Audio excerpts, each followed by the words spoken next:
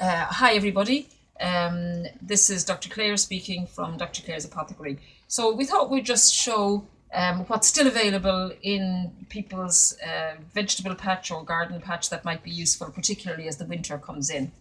These are sage. They're fairly small. They're a little bit sticky, and that tells you that it is full of resins. These are high molecular antibacterial uh, um, molecules that are particularly useful as a gargle for sore throats. So just make a cup of tea with two of those leaves and let it cool, obviously, to room temperature or a comfortable gargling temperature. And those resins then are slightly sticky and they get in between all the crevices of the tonsils. That's what makes sage particularly useful for sore throats. Very popular with singers, especially opera singers, for keeping the whole pharyngeal area free of mucus and free of infection and preventing infection. The sister is over here, which is thyme, and thyme is lasts all through the winter, and this comes into its excellence for sore throats. No, sorry, for chest infections, because it acts as a mucolytic. It breaks down the mucus, loosens it, so that it's more easily coughed up. And anything that's not all sluggish and stuck and bound is going to be less likely to get, overall, the tissues are less likely to get infection down into the lung passages or bronchitis. So again, you can make a tea from this, and it is kind of a teaspoon of the tea in a cup of boiled water, and take it 3 times a day would be ideal. The same with the sage.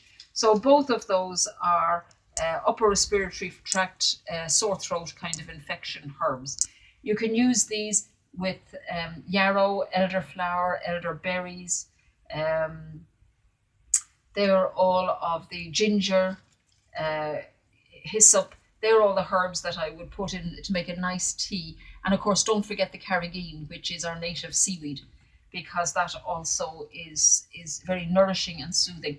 With any of these infections, I can't overestimate the need to rest. Now, if you've got 2 kids and a full-time job and all the usual, it's terribly, terribly difficult. But you do the best that you can. As soon as the kids are in bed, you're in bed.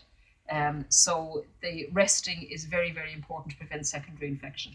This is rosemary. It still has some of the pretty leaves. This is very nice in your food. This is delicious. These are perfect for foods as well.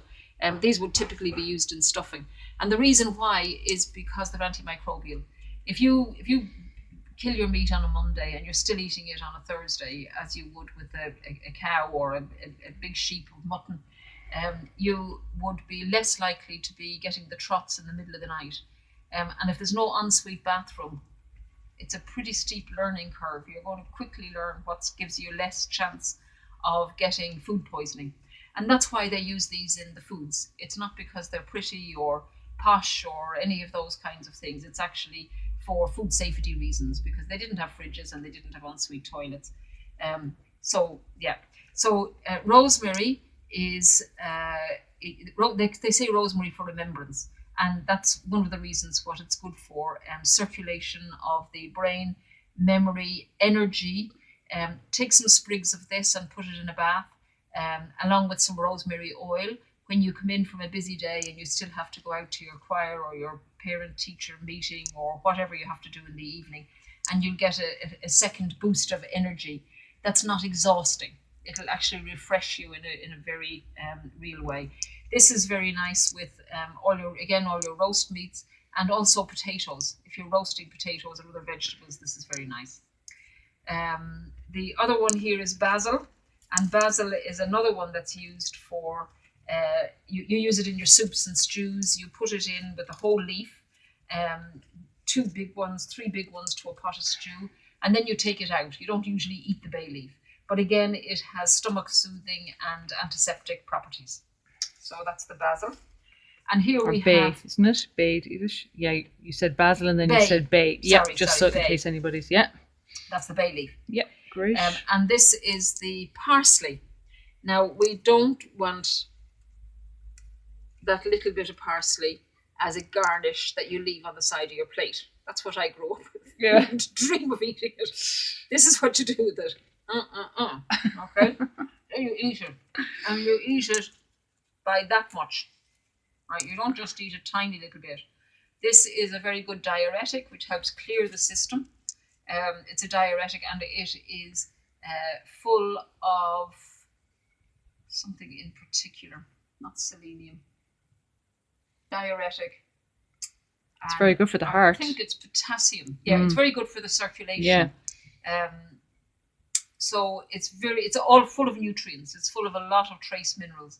There's one that it's particularly rich in, which just escapes my memory at the moment. I need to take more sage. Yes. Sage and rosemary. And rosemary, yeah. Along with ginkgo, if you have a ginkgo tree. And these are all fine. The ginkgo, you need to be careful if you're on some medication. But give us a ring and check that out. So apart from that, this is a nice little collection of herbs that will keep you going a lot through the winter. You know, so it's not just for the summer, folks. Great. And you can do all that in one little tub. Super. Yeah. So enjoy and stay healthy for the winter and get enough sleep. One of the biggest reasons for our immune systems being down during the winter is that we're up until 12, 1 o'clock, 2 o'clock with electric light.